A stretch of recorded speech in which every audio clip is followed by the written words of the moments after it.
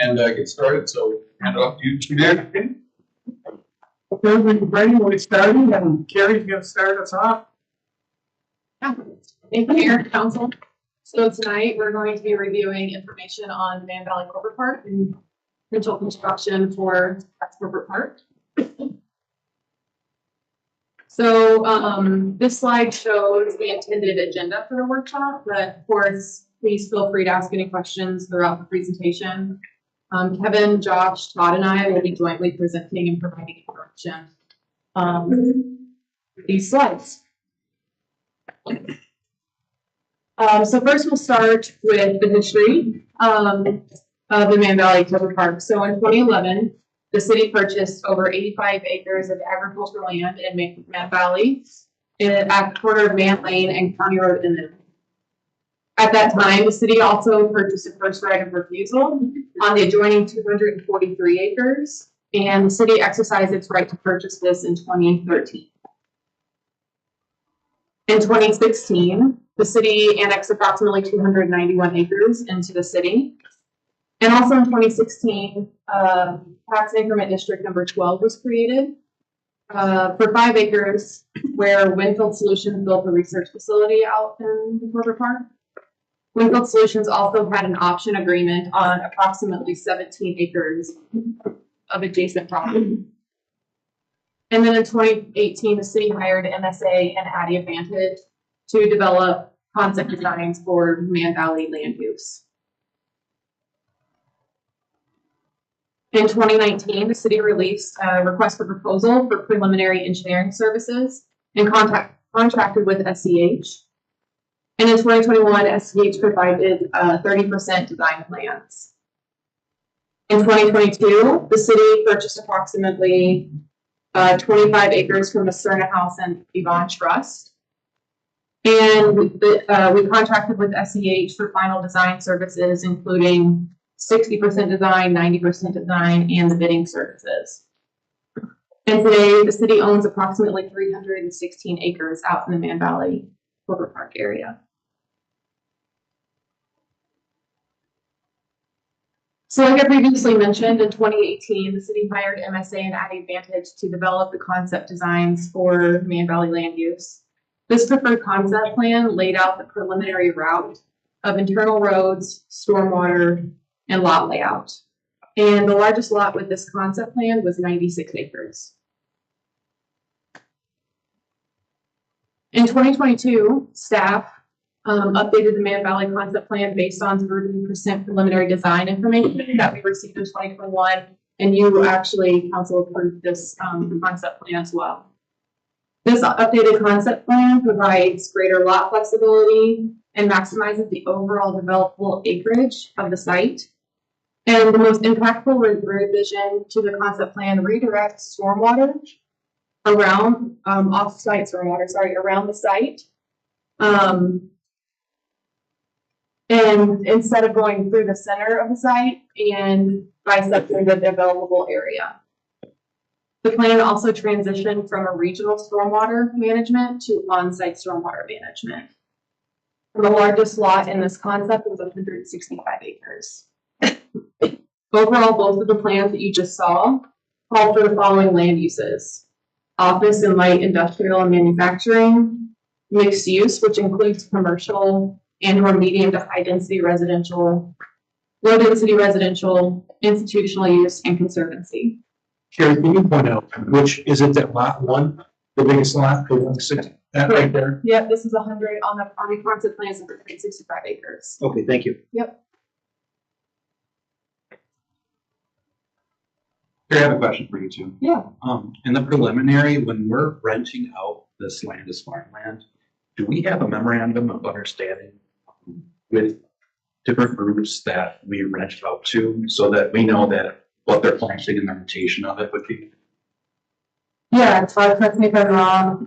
We have licenses and agreements with farmers and the university when we rent out the land to farm. Yeah, I believe we have historically had leases, egg leases in that area. I don't know if those leases specify crop rotation.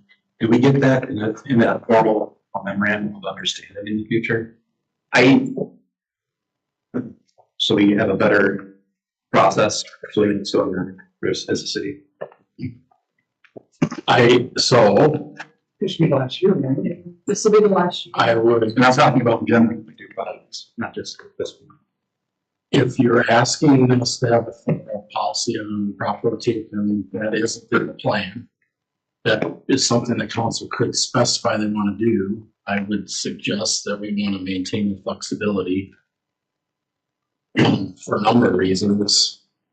Erosion, trying to establish these roads and erosion control, making sure we don't get a lot of soil into the waterways. Also, from a marketing perspective,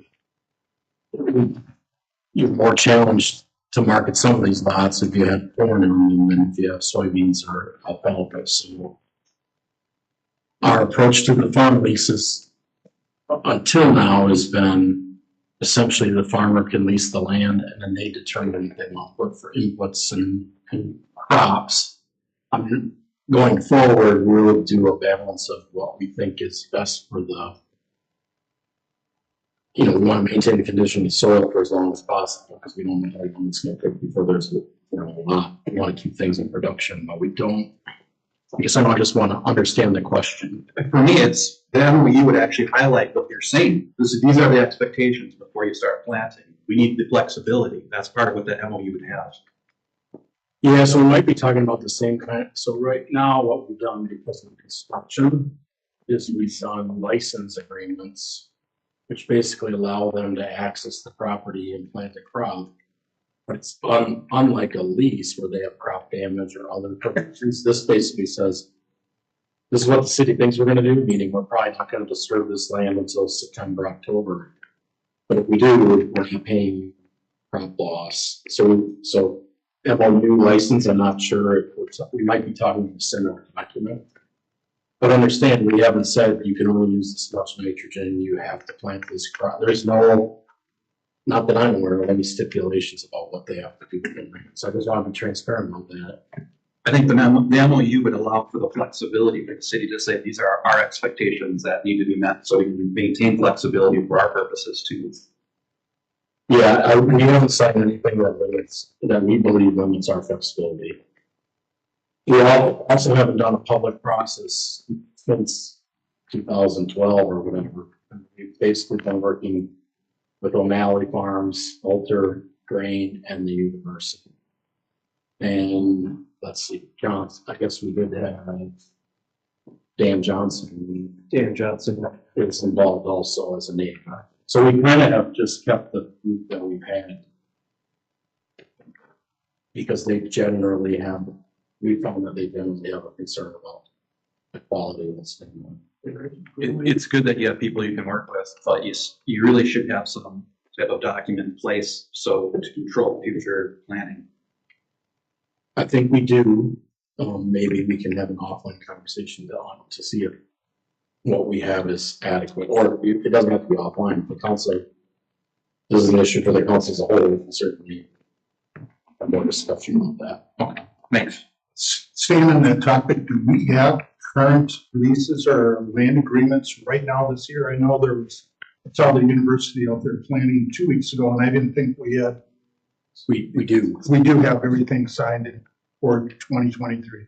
Do we have everything signed, Jason? No, we're in the process of, so we had, you approved 2 leases with, Mr. O'Malley, Mr. Moulter, for Yeah. portions thereof.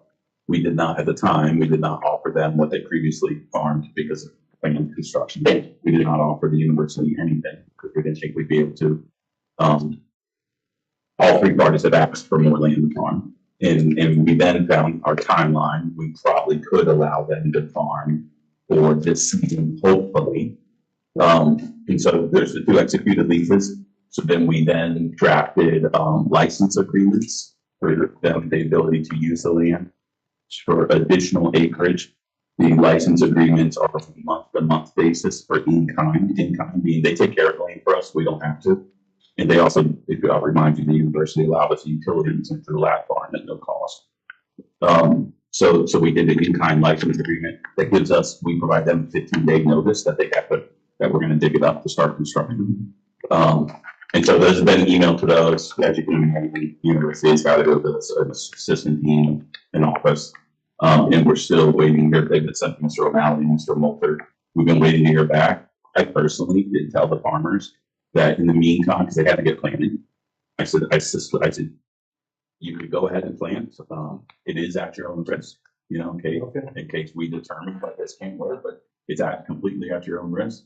But they've been trusted partner for the years past since 2013, 14. We gave them the go ahead to start. Okay, at their own risk. Yeah. Okay, I thought I saw the university there planning in September. I didn't think we had that agreed, but they're at their own risk. Okay. Fair enough.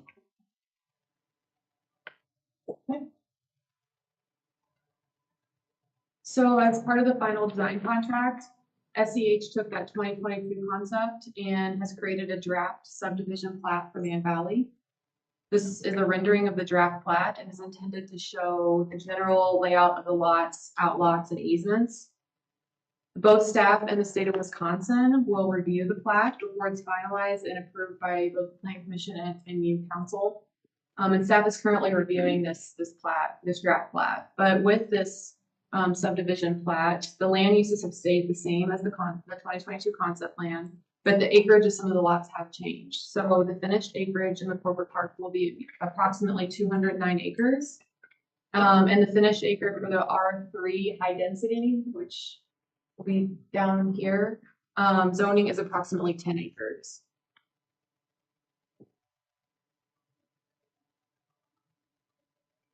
So City Council, you approved both the Mr. Multer and city property annexations on April 11th of this year.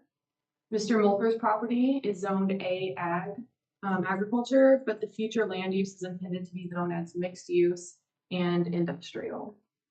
On May 23rd, staff will be bringing a purchase agreement to you to purchase 4.051 acres of Mr. Multer's property along Road A, leading into the corporate park, right along here. So you'll see that on May 23rd. The city-owned property is zoned R3, multiple family high density residential. And staff is working on a request for proposals that will be released later this summer for a potential multifamily housing development to start construction on city-owned property as early as 2024. Carrie did, or maybe Scott can ask a question or somebody. Did Mr. Multer plant that 4 acres? That's But I unplanted. don't believe Or did he plant with the full knowledge that, hey, we could plow half of it under if he did. if we want to start the road? Yeah, if we own it and there's no agreement, I think. Right. That can. It's, the ag land is rapidly changing. Yeah. On a daily basis. Yeah. I just drove by there and I couldn't, you may drove by there today too, and I can't remember what I saw. There was two pieces up in the middle section. I didn't think those were Multers, because he's probably traveling around. So I know we've always had a good relationship with Gary, and I'm sure there's conversation about what could happen. And I just assume that we've given the full negotiated price per acre of property that the city is planning to pay, I don't think it's crop loss is his concern there. So, I don't know how many bushels he would be losing, but it's not substantial related to the price of the property.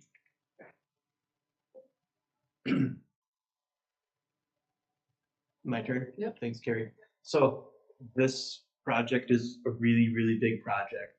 And I'll probably, in my career, it's the biggest project that I have been involved in. So I'll kind of walk you through what we expect the major stages of construction to be.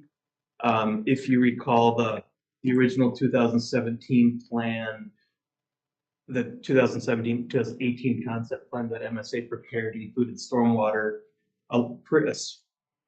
a significant stormwater swale. It wasn't an engineered stormwater swale running right through the middle of the site. And then using that 2018 plan, SEH went under contract to do the 30% plans based on, they won an RFP and were selected to prepare 30% design plans. The 30% design plans included a hydrologic study of the entire watershed that drains through this property and determined that future stormwater needs would consume a lot of land right in the middle of the park, which drove the revised 2022 concept plan that council had previously seen. And that takes stormwater and reroutes it from bisecting the proposed corporate park to into the Powell Avenue County Highway U right away around the, you can see in yellow there from the, west to south and reconnecting with the dry run.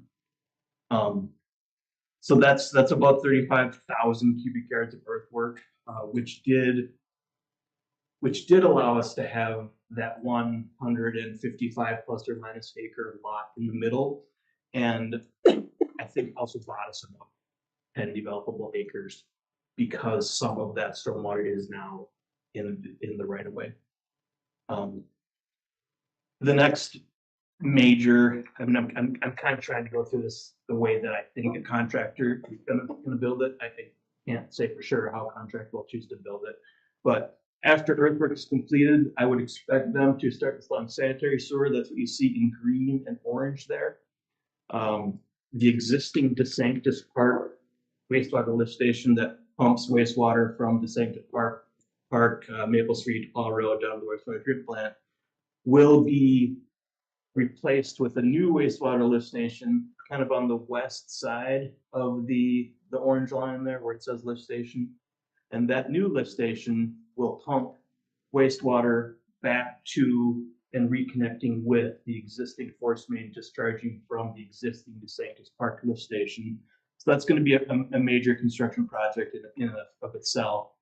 But we are also taking that existing DeSanctis lift station, connecting it by gravity sewer to the new lift station, and also collecting all of the wastewater that's generated inside the existing corporate park. You can see the green line heading north. And then north of Powell Avenue, you can see where the green line goes north through the University Farm and then west to connect to Radio Road to serve future development there. As Jason mentioned, the UW system granted us an easement through their property in hopes that, or not in hopes, so we can ultimately serve their facilities at some point in the future. So Todd or Kevin, we can't get gravity feed off of that? That's funny you said it. I was gonna mention it to you. Okay. The crown is, Hold that thought. why don't you mention where the crown of the hill is? Are you talking to? I'm talking down where the orange line is to get rid of the lift station. Yeah, so that's the lift station there. It goes through the dry run, and we did evaluate what it would take to get gravity to the wastewater treatment plant using that route. And don't quote me, but I believe that the sewer depths exceeded about 50 feet to get there, which is why we ruled that out. Anytime we can get rid of the lift station is a good thing. Yeah. But we just, that felt a little too unreasonable. Yeah. For sewer depth. And when we started, we already had reservations about that route, just given the nature of the topography and the river. Yeah, okay. It's not likely to be developed intensely, so it's just, you're basically running a west side interceptor all the way down to King, over to the waste, well, I guess you short of the King and back to the wastewater plant. But you'd have to run it through all these dry runs, sensitive areas don't likely have a high, and then when we looked at the dollar, it was like, oh, I guess so the crown of the hill is on West Maple Street. Like, I don't know how far from Kooslik, it's Not like, too far. that's the crown, you're pumping it up over the hill there, and just west of West Side School, and then it runs down towards Apollo and back down Apollo, so that was that's the analysis that we did. Okay. Would it make sense to try to go gravity or, so this would not be what we necessarily call, well, engineers call all those stations temporary, but this is not what we would call a temporary lift station. This would be part and parcel to our system going forward. And if, Dean, correct me if I'm wrong, but when we designed this lift station, we designed it, the structure of the lift station, so the underground, the size of the wet well, the size of the valve bowl, that size for full build out of the entire sewer shed. But mechanically, the pumps that we're installing inside the lift station are sized just for build out of the Mann Valley Corporate Park. So as additional land develops and annexes, we can collect capital costs to put towards a future pump station capacity improvement.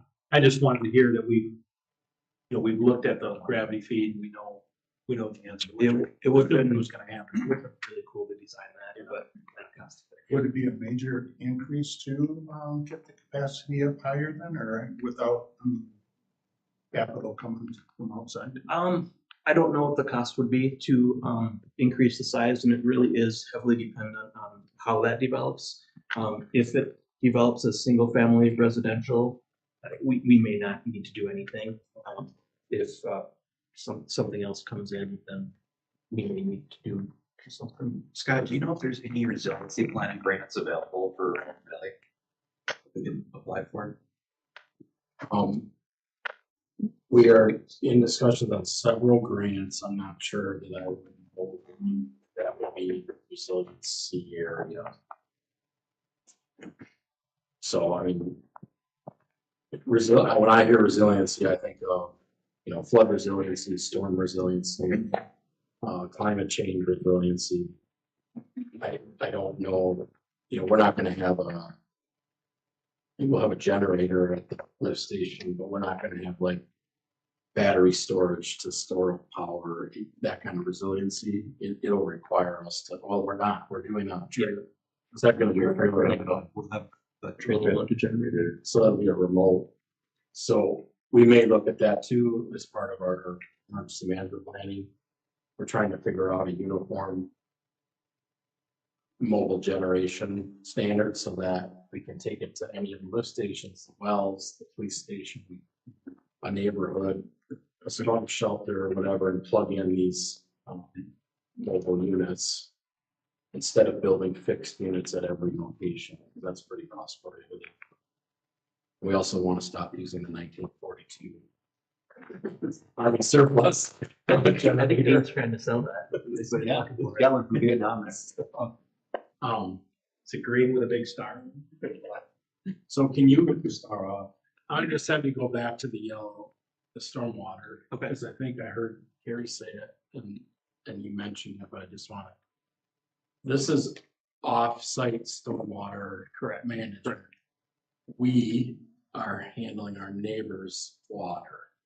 So that's our commitment as a neighbor developing the property, is there's water flowing from other people's properties through our property.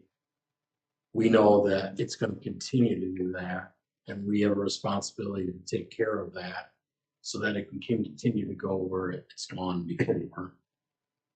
These other ponds are to take care of the water we're creating, the extra services we're creating. So all that investment to move that waterway is to take care of off-site other people's stormwater. To that end, we also looked at alternatives, not very long because it was pretty cost prohibitive. But there would have been alternatives to do ponds at the north, off our site on an adjacent property to collect the water that's coming before it got to our site. And that didn't make a lot of sense either. So Yeah, we looked at doing some upstream peak shaving ponds, so we didn't need to size our stormwater facilities so large, but it was really more cost effective just to convey the flow that we expect to see. So we are trying to practice what we preach, so to speak. I mean, whatever we would require developers, we're requiring, and then we're likely doing a standard above on the development of this. In almost all cases, we're kind of taking a more conservative approach, like let's assume there's going to be more intensity, same with the sanitary. Yep. Like when we model it, we're assuming it's a lot more dense than it probably will be, just so that we're able to manage that if we can. Yep. So just the stormwater at the north is to take care of the stuff coming from the other places, and then of course the stormwater through exists already. We're enhancing that so that the water coming from the west is treated. So we're going to be taking water from the north and the west, and it'll be leaving in better shape than it entered our property. if we do everything right. Both for quality and rate control. Yeah, Mostly for quality, rate control is gonna be about the same, right? yes. Well, we do have an obligation to provide stormwater rate control associated with new impervious pavement from the roadways that we're about to install, which we haven't gotten to yet. But there will be some stormwater ponds that we'll see, I think 3. And those ponds are for us to detain the additional runoff generated from the additional impervious areas that we will create from the roadways. And would those 3 retaining ponds be more towards the south? I believe there's one in the north, one in the middle, and One down here. one there, one there, and one right there. And that reflects a change from the original 2018 concept plan, which included a regional detention plan similar to Sterling Ponds and Whitetail Ridge Corporate Park. In this corporate park, because the lot sizes are so much bigger on average than Sterling and Whitetail, we're going with an on-site stormwater management approach. So the developer developing this 10 or 20 or 40 acre lot, they will have their own ponds required to meet stormwater rate control and water quality and infiltration requirements. One more point of interest on the sewer on the north side. The crown of the topography is about right in front of the golf course, about right where the road is. So any sewer south of that will run through Mann Valley in the future. Any sewer north of that will run up towards Paulson Road and down that way to the sewer. So that, but the golf course is about the crown in Radio Road, but the sewer will go opposite direction. Yeah, and I should mention I'm really grateful that the university provided this easement for us. Talking about the deep sanitary sewer as you drive out Powell at the intersection of Powell and Radio Road, that's a high point. And had we not this easement, we would be likely installing probably not a pump station, but we would have evaluated a pump station. But we likely would have been installing 45-ish deep sewer. But yeah, but this easement that would have happened. Yeah, that would have happened. Well, that was a really big win for us. So the blue line is, of course, the water main. A lot of things have to happen before this water main can be installed. You may actually see the north water tower growing above the tree line above Whitetail Ridge. You can see it just through the trees there to pop out a little bit. But with the north water tower, which is expected to be done sometime in 2023, and the north utility loop, which is new water main on Paulson Road, then we can connect the Mann Valley water main to the north utility loop water main at the intersection of Paulson Road and Radio Road, and extend that water main down Radio Road through the University Wisconsin River Falls Lab Farm easement, and then connect all the way south into our existing water system at the County Highway M and or SAM and Driver Road. And this is going to be a loop connection point between our north, so our high pressure system, which is pressurized currently by the North Booster Station, in the future by the North Water Tower, connecting that down into our main pressure zone, which is the main part of town. So like Well 5, the Mount Reservoir, just near Hoffman Park. So it's going to add a really nice, even without Mann Valley, it's going to add a nice loop to our system and create a lot of system redundancy that Dean, I think, is looking forward to having. There will be a pressure reducing station, so the pressure between pressure zones as you move from one down to the other, to make sure that the homes or the businesses in the Mann Valley Corporate Park don't see really, really high PSI at their taps, like 120 PSI, we have to do a pressure reducing station. Yeah, we try to avoid that. So there'll be a pressure reducing station on Radio Road that'll drop pressure in that main from 90 PSI down to 50 or so PSI. But even with the pressure reducing station, we will be able to provide, and don't quote me on the exact number because we don't really know it yet because we haven't done any fire flow testing, but modeling indicates we're going to be able to provide about 4,000 gallons per minute of fire flow, which is really, really good for these potential businesses that want to develop here when their insurance companies come look at fire flow data. They will be pleased.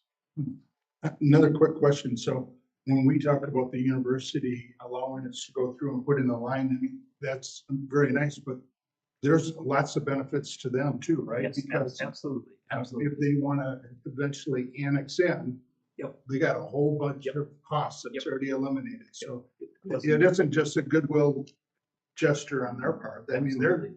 they're receiving a lot in the future. If you're looking for a win-win, this is a really good win. Yeah. For us, it But could be great for them if they choose to connect. Yeah. Someday. But I just want to make sure we realize this is a win both sides. Tom, do we coordinate with St. Croix Natural Gas or any high-speed fiber to go into that same trench as long as it's open, or do we keep that in a different trench, or how? We approached the UW about adding additional non-city utilities to that easement, and that was a no-go. So we were not, they were not interested in adding anything that was not a public, irrefolvable utility. We asked them specifically in the meeting about a more broad utility easement, and they said no. Are you asking for the whole project or just for the farm? For the whole project? Oh, for the whole project, we Yes. yes, Okay, but they don't always coordinate.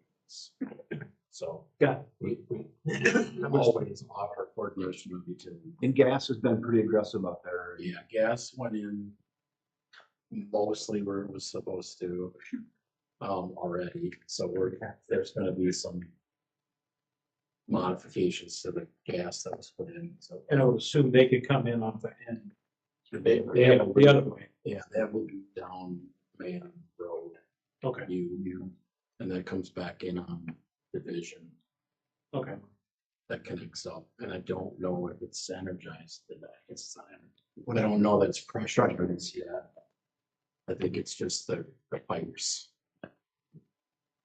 there, and then broadband has been a change. It's like the Wild West, and And they can plow that. AT&T and Comcast and Swift Current and all of them are going all over the place. And we'll try to help them. So I think Baldwin is along Division. Swift Current now is along parts of Division. I don't know, AT&T just kind of poured a Paulson on the north part of this project. And Comcast, I think I saw a truck today. So as we're trying to catch them when they come on these other subdivisions and be like, hey, we got a whole plan, we can show you exactly what's going on. Sometimes they say thank you, and sometimes they just kind of ignore it, so we'll have to do our best. Okay, well, yeah, we checked the box. Yeah, and recently the city, updated our right-of-way excavation ordinance, which does allow us a lot more control over what happens and where in our right-of-way. That was really managing these telecom. So I was just gonna say 2 words on telecom. We'd go everywhere from coaching to handholding Okay. and everything in between. And the last of roads. So the Lester roads there, I didn't do a great job putting the roads line in, but you can see the black road, road A on the south and road B on the north where Carrie's cursor is. And we elected to install the minimum roads that we could to start development in the subdivision. And the reason we did that was to allow ultimate flexibility, and provide that 155 acre lot if somebody so chooses to come develop it. We do have in the TID plan that these roads will someday extend. Either Road A will connect to Road B, or Road A and Road B will each connect west to Highway U. But What width are you making those surf lines? those roads are, let's see, we're doing an 80-foot right of way in those roads. And I think the roadway width is going to be similar to what we have at the Whitetail Corporate Park. 30 something. Yeah, I 32 probably to find it, but. Yeah. Oh, that's it. Any other utility questions? Let me know before Kevin starts talking about lights. So. You got 5 minutes. No, I don't. No, when Terry started, I thought you were gonna be done by 5:15. I know. Now I'm thinking we're not gonna get this in, so I'm gonna go real quick. Streetlights, these streetlights really are gonna give Mann Valley a sense of place. Wayne Seiberling and I went out last fall and we visited about 10 communities. We're looking at streetlights, something that can beef up our town as far as the lighting look. We ran across this type of light in several communities. The first one down in Red Wing. We went and you really felt like you were in Red Wing. They have their city logo in the middle, it says Red Wing. We got into some subdivisions of St. Paul and Minneapolis area. If it's a corporate park, if it's a shopping center, they have these and it feels like you've arrived and you're there. I know Carrie thinks this is very important to sell the park, give it that sense of place. So we're going ahead and making this investment on streetlights for Mann Valley that will have this look and feel, which I think will really make it nice. And the plan is to do these on the roadways and on the paths. There's a nice aspect of branding that comes with it. It's branding that goes with that. It's a sense of place and branding for the community. It's different than anything you've seen. And we're gonna build the rest of our family of lights off of the lights we put in Mann Valley. You may see something, a similar look and feel to this out on Cascade Avenue and Wasson Lane when that gets redone as well. It's lighting. Electric. First, I do want to mention that the electric spend that I'm going to show you here is outside of the budget that you're going to approve tonight, and that's on the next slide, I believe. These are capital improvement projects that the electric utility already had planned. The impetus of a lot of these was to connect power plant sub and north sub, so our corporate parks have redundant substation feeds.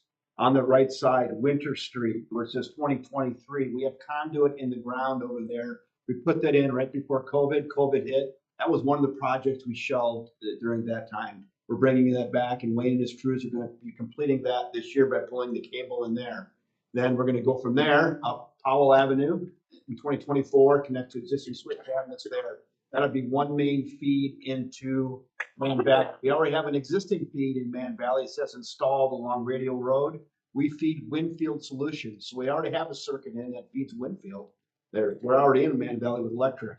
Down there in 2023, we're going to be going from the existing lift station area into Sanctus Park out to the new lift station area. And then we're going to be going in, hopefully late next year, we're going to be bringing another circuit out all the way out to you.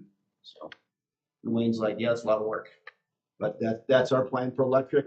We'll be able to feed Mann Valley from 2 separate substations. We'll have 3 circuits out there, good for about 5 to 10 megawatts, depending on the type of load and type of load factor they have.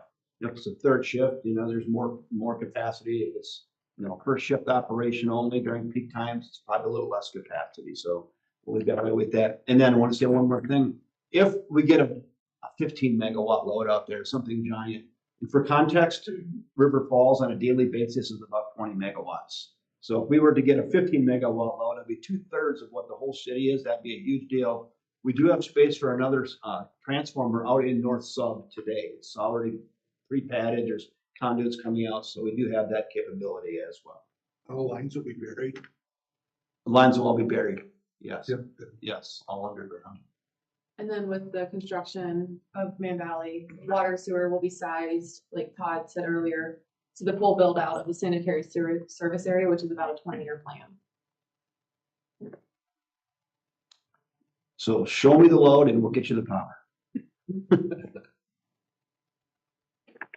So we, as part of the design contract, SEH advertised and performed bidding services for this project.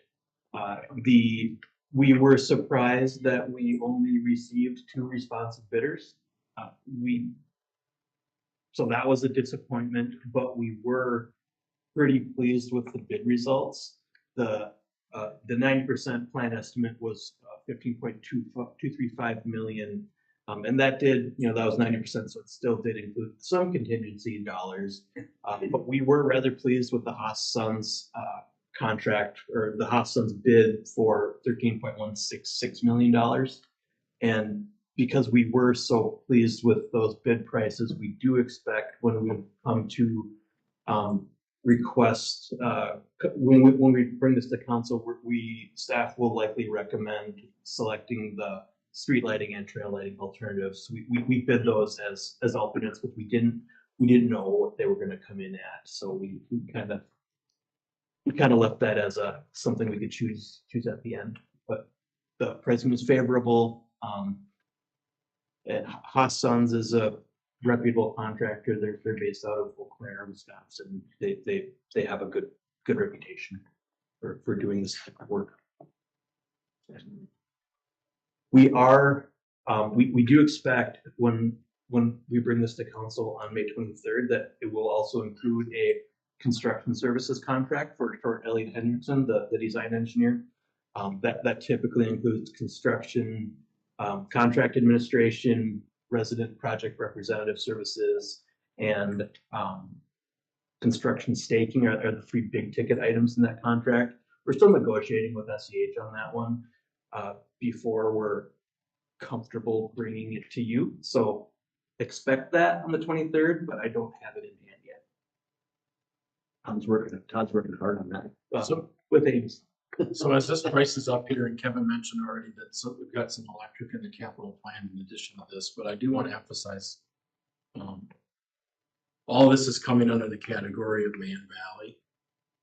I think it's important to point out that this is not just a far west or Mann Valley impact, right? So we're essentially, I wouldn't say charging it all to Mann Valley, but we're accounting for it all in Mann Valley and saying, here's the cost to get this development done.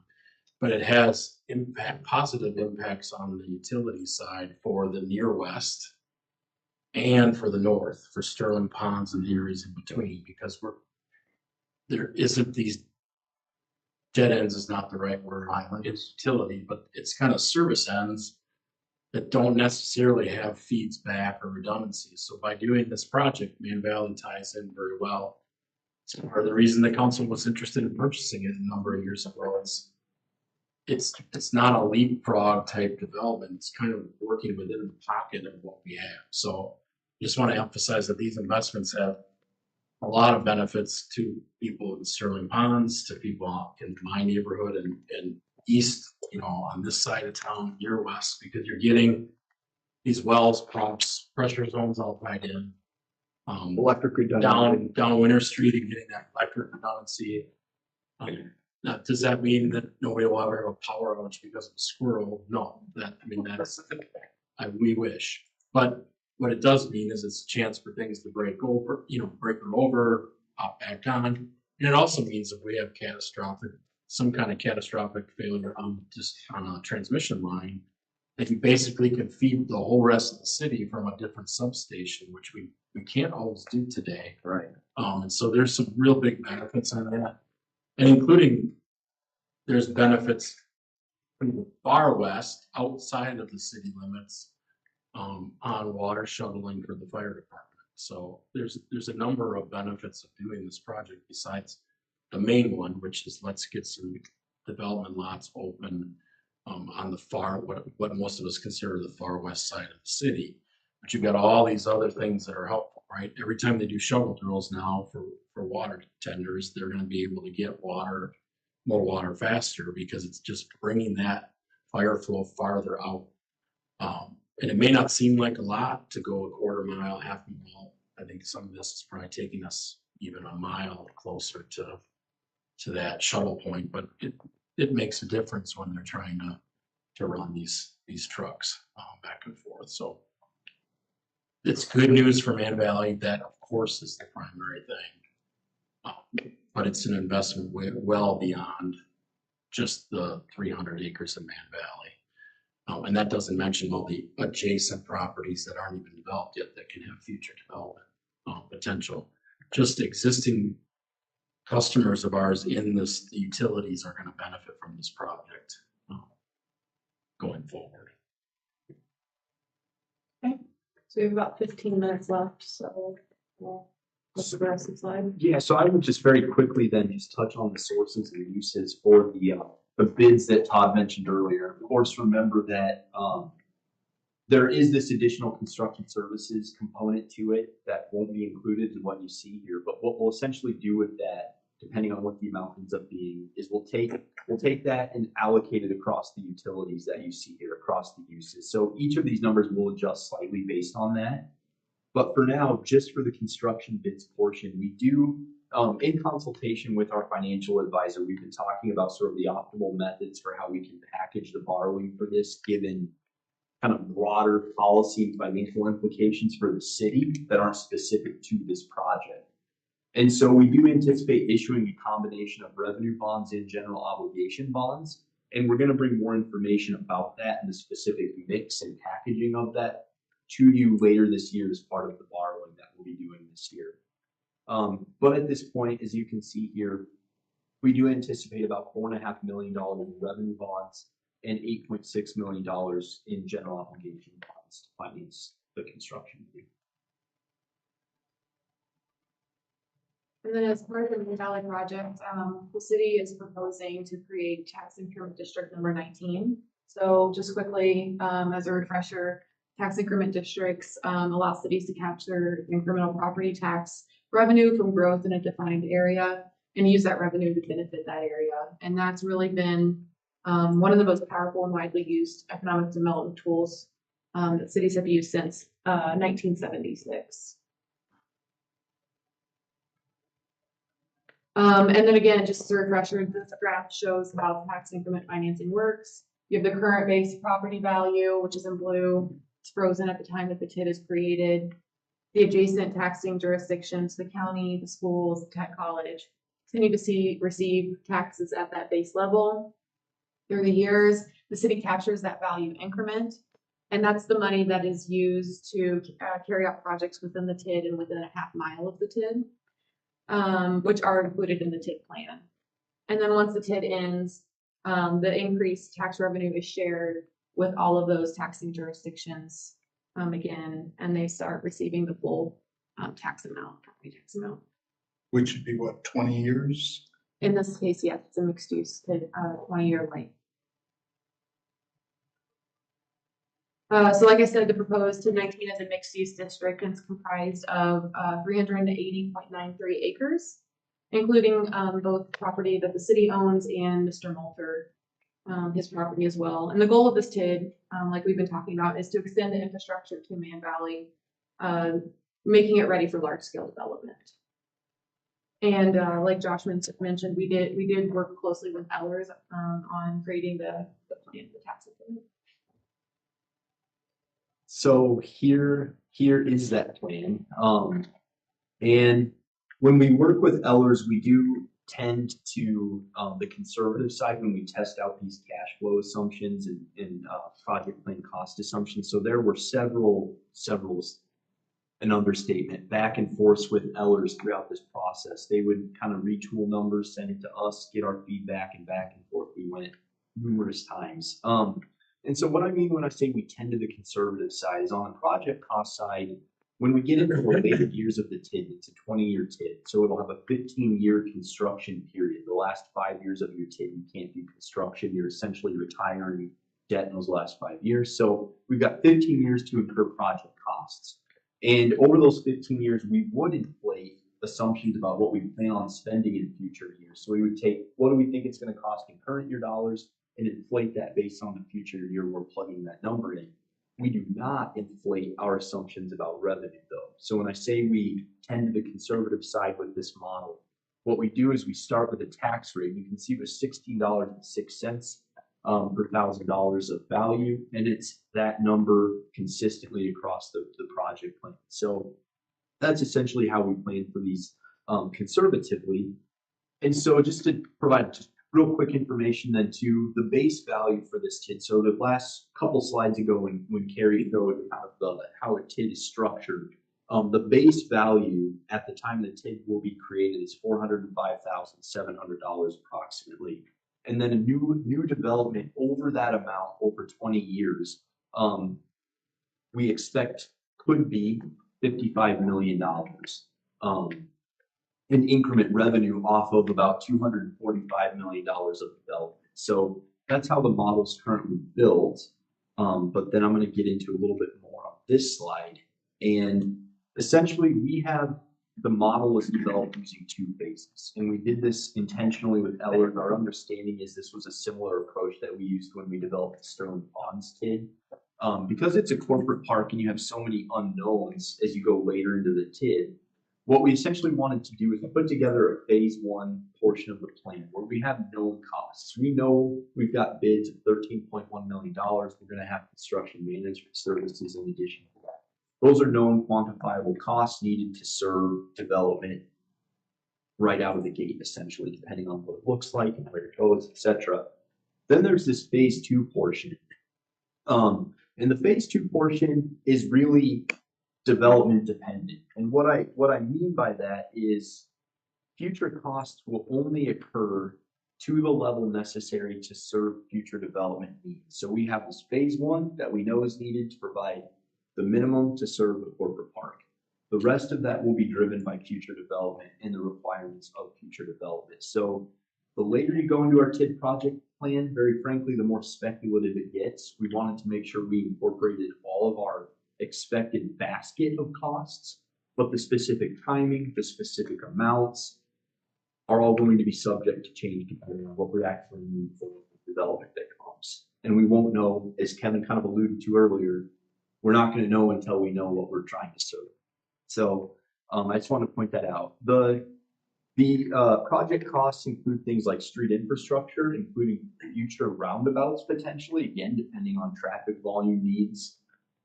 Development incentives, property acquisition, utility infrastructure additional to the minimum necessary, trail and trailhead projects, stormwater improvements, streetscaping and landscaping, wayfinding, debt financing, and administrative costs. The estimated developed cost per acre just for phase 1, which includes construction, what we think will be about the range of construction management services, potentially subject to some ongoing conversations, and then $2.6 million that the city has spent to date to acquire all of the land that we see out there in the corporate park. We believe that the estimated developed cost per acre will be about $76,500. You just take all of our costs we've incurred and you divide that by 219.7 developable acres to arrive at that number. So the math is pretty straightforward there. And then if we go to the next slide, I will provide you with another sources and uses table that summarizes the whole district, the whole project plan. So we anticipate, as I mentioned earlier, about $55 million in tax increment revenue. There are some interfund loans, and I think I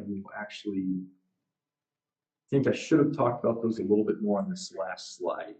We do expect interfund loans to come from a combination of our water, sewer, electric utilities, as well as the environmental fee fund to cover the streets and stormwater portions of the project. As interfund loans, we would expect that those funds that are providing loans to the TID will get paid back with interest later in the useful life, or statutory life rather, of the TID, as it brings in enough increment to cover project costs, cover any external debt service, and then we can make good on any interfund loans that are required. Josh, does that include the interfund loan that we used to purchase the land? Is that number in the 5.7? So that number is not. That actually is in this land and incentives category. Okay. So there's 2.6 million that was used in the past. To your point, it has been advanced already from the environmental fee fund and I believe our general capital fund. Those will also get repaid with interest and are actually part of the land and incentives line in the uses. we had several part of our back and forth with Ellers was actually how we should reflect that in the project plan. The reason it's shown this way is that, the land acquisitions are big hit. And so in order for those to be eligible project costs, essentially what we will do is sell the land to a developer, have them provide us a check that we'll actually use to make those funds whole. And then it becomes an eligible project cost because it becomes a development incentive. Then we would turn around and give the developer a check. Okay. So, No, quick question, are, on the TID, are we assuming or it's our call, but the school district and the tech, they have to approve their end of it too. It's not like, oh, the city says this, so do we have a real high probability or thought that, yeah, the school district has already said yes? so we've already held one meeting with the joint review board, and the joint review board is not only city, but also includes the other underlying taxing jurisdictions. And so we presented very initially a summary of the TID of the project plan.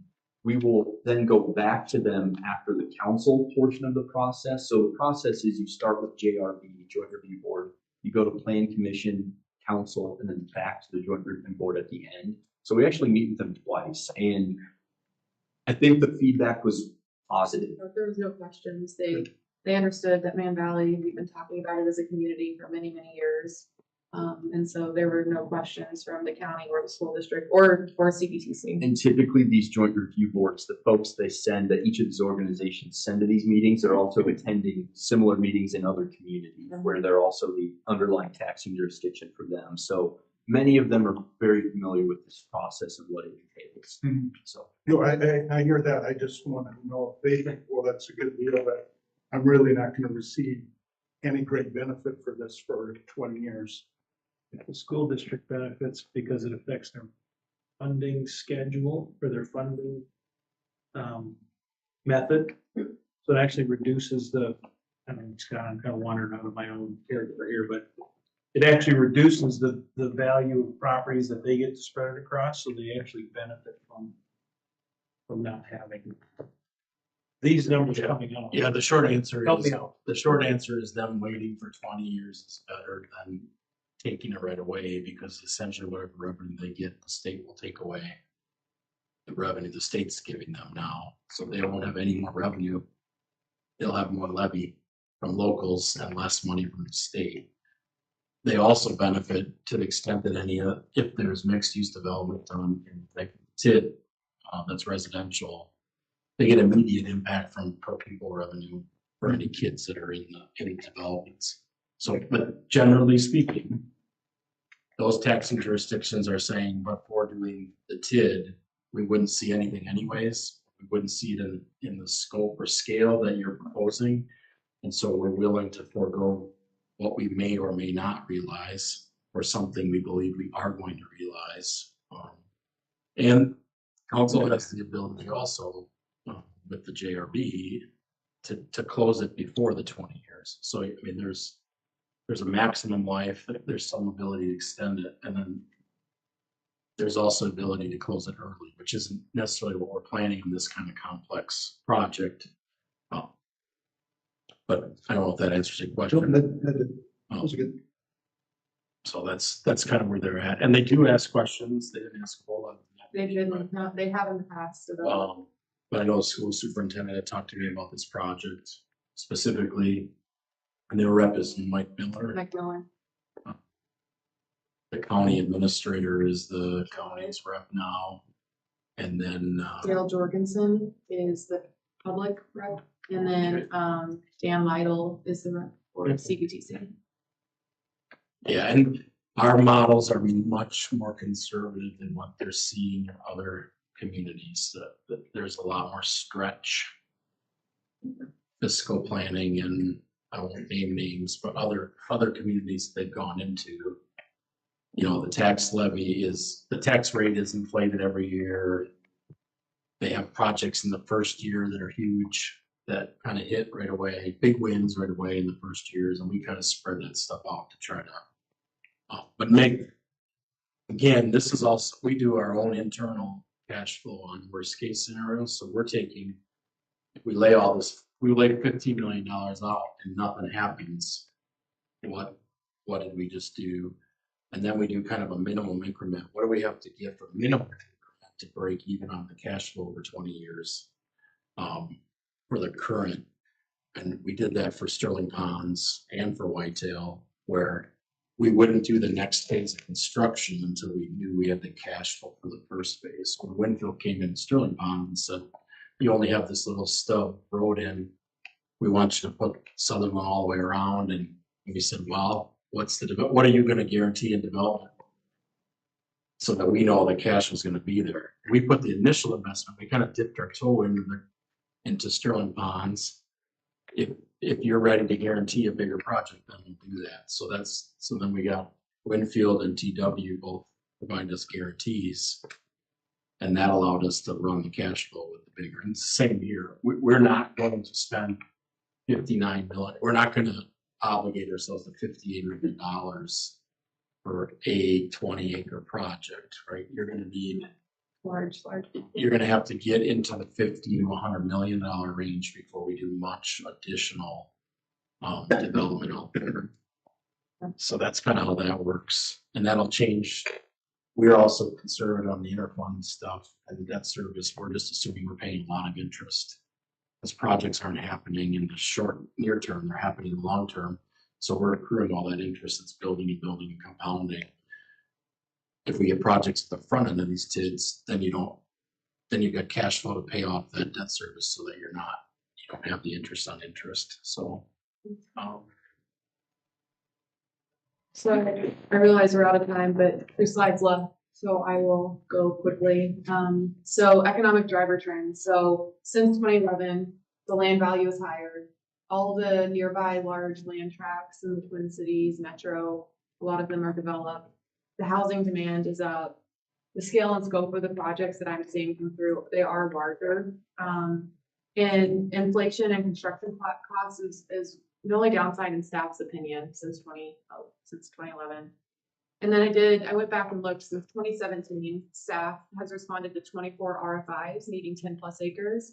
And just to give you guys additional information, so the largest site we currently have is 7.6 acres in Sterling Ponds.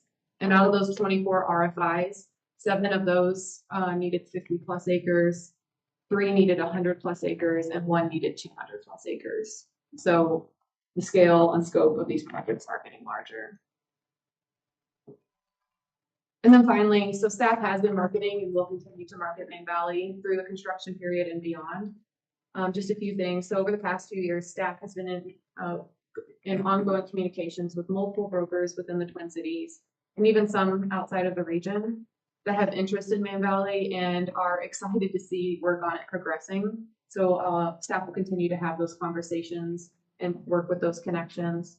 Staff created an informational poster that you see here that I've handed out at networking events and LinkedIn posts on, and it's available on the city's website.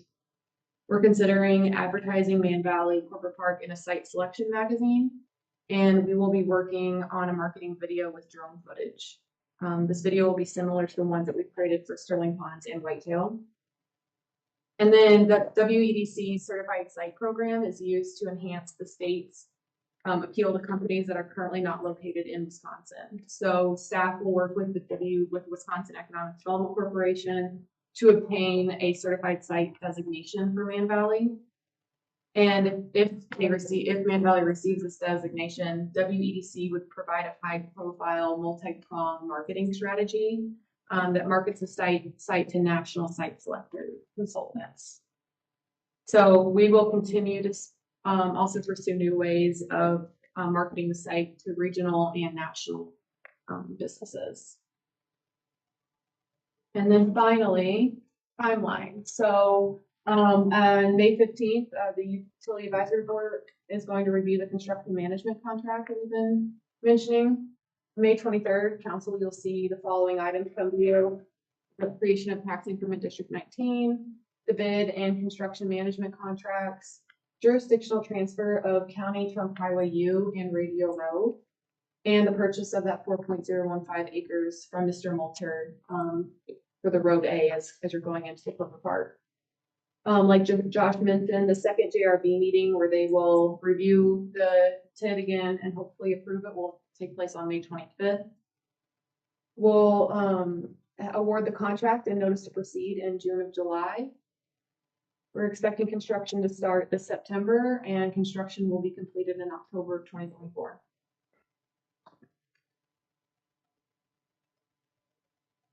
So I know we're over our 6 o'clock time, but if there's any last questions, we'd be happy to answer those. Yeah, you guys usually do a 6:15 hard stop. Yeah, so you've got 10 minutes. Let's see. One question we'd like answered by the council is, have you had enough workshops, reports, and other information to be able to make decisions as these packet items come, or do you need more of the workshop format in any particular part of this project? Yeah, this is great. It's good. So you'll get plenty of packet, you're gonna get plenty of memos and analysis. And so we will not plan another workshop.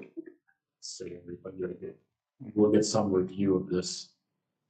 Given the magnitude of this project, we'll likely do formal presentations for almost each council agenda item, so that it's, you've got a broadcast, it's in the packet, people can see what's going on.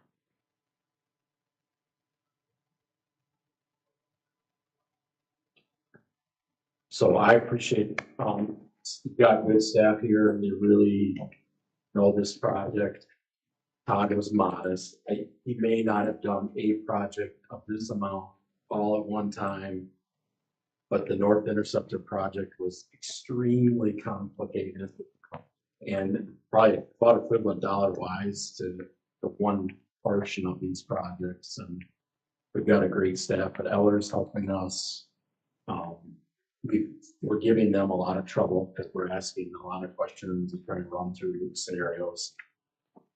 We have a lot of internal staff capacity on TID and utilities, so we're pretty confident at this point about the ability to deliver this project. Understanding that it is with risk. You know, this is a significant investment for the community. And if you went 10 years without a project, that would be trouble. Right? I mean, this isn't the kind of investment. Now, you'll have those other residuals that I talked about that'll make us feel somewhat better, but we're not doing this just to get redundancy of water and electric to the community. So we will need to see some projects within that 10-year time frame, and we will want to be able to bring projects to the council and community, consider, you know, in the first 3 years, you want to get 20 to 25 million going. So project, you know, just so everybody is aware, we are not necessarily seeing 200 acre under roof projects. So don't get the impression. We want to keep that flexibility. But when I started doing this 25 years ago, the companies were trying to decide between a 10 and 20,000 square foot building, right? They were trying to see if they could get enough money in capital and debt to do that. You can't really afford 20,000 square foot build. Construction costs too much. The utilities and other things required. I don't mean utilities from us, but like HVAC and sprinkler systems and all the other things in a building. Little buildings are very cost ineffective. So what we're seeing now is more of the developers who are doing multiple projects, or they're tenanting out. They're doing, the Ryan companies, for example, is doing 6 buildings in Woodbury that all are going to look very similar. They're going to have different trim color on the concrete tip up. Because they can manage that construction project better and move the cubic yards of soil and get everything ordered at once. That's not what's like here. There's like 6, not that I can predict, 6 Ryan construction buildings put up in 2 years, like at Woodbury. But you're going to see more like the 40 and 60,000 square foot as kind of the smaller projects. And because we want to be careful with stormwater and green space, air quality and traffic, they're going to be spread out on bigger lots. You're not going to cram that on a 3-acre lot. So, well, you can't, because it's already 2 acres on the roof. But you get my point, is we're just kind of moving a different magnitude. We're moving from that 10, 20, 30,000 square feet to the projects coming in and saying, I need 30 or 40 for my business, should I go 60? Because it's not that much more incrementally to put an extra 20,000 square feet on. And then I have a friend or somebody, or a supplier or somebody else to take that space. So that's where we're likely to see once the construction is complete, that we're gonna immediately start to see some 40 to 60 to 100,000 square foot buildings. And yes, we're gonna be a candidate for 200, 250,000 square foot buildings. Scott, with the Kentucky Derby being done this last weekend, what do you think the odds will be in the 2 to 3 years that we'll see $20 million? Yeah, I mean, over 90%, Really? but that, I can't control the economy. I know you can, but so that's your belief is it's over a 90% odds. So. Yeah, I mean, we'd have to see some wholesale shifts in consumer behavior to not need that kind of space, right? I mean, we all are demanding products immediately on our doorstep and just not enough space. Factories are going automated because they can't depend on the amount and level of workers. So if they want to run a 24-hour plant, they have to be robotic and then you need more space and you need more clearances for safety and so everything's just getting bigger. And so it doesn't take much to get a $20 million project. It's the same if you think about the apartment buildings we've seen. You know, we used to be astonished by a $1 million apartment building. Like somebody saved up all their money and put down $100,000 or $200,000 equity at the bank and got an $800,000 loan to do $1 million apartment building. Well, now they're 35 million. $40 million apartment buildings, and that's the same with industrial space. It's just they're getting a little bit bigger. That would be my bet, but it's going to be dependent on we're picky, so I don't think that's necessarily a bad thing. River Falls generally is. River Falls has said no to more projects in my 14 years here than the other cities I've worked for said no to in the 10 years I worked for them combined. So we have tended to say no to things. And so that was, if you just kind of threw open the doors, it would be filled pretty quickly. But I don't think that's what the plan is. It's too big of an investment and the community is too important. And you get to have a significant level of control. We don't control the economy. We don't control changes in some things, technology and that, but we can decide that we want a nice development and that we're going to look for companies that fit our culture. But you probably could sell the whole thing to a solar farm developer tomorrow. But I don't think that's not what we're really looking to do, right? That's not what I think you guys want me to do. But it's $75,000 to develop an acre, and it still cash flows. Our models work very well at $150,000 an acre. So right now we're half of the production cost of what we need it to be to make sure that we can protect the community's interest in a super risky project. And we had one company that we're in talks with that was like, well, can we just give you $150,000 an acre and build whatever we want? We said, no, the council wants to go through a process to review the project, and that cash offer alone is not what you've told me and Carrie evolved yet. It's an exciting time for us. It's a little scary too, but Very good. but if we weren't scared a little bit, that would be a bad thing. Thank you. All of the staff is available one-on-one. You can email, call.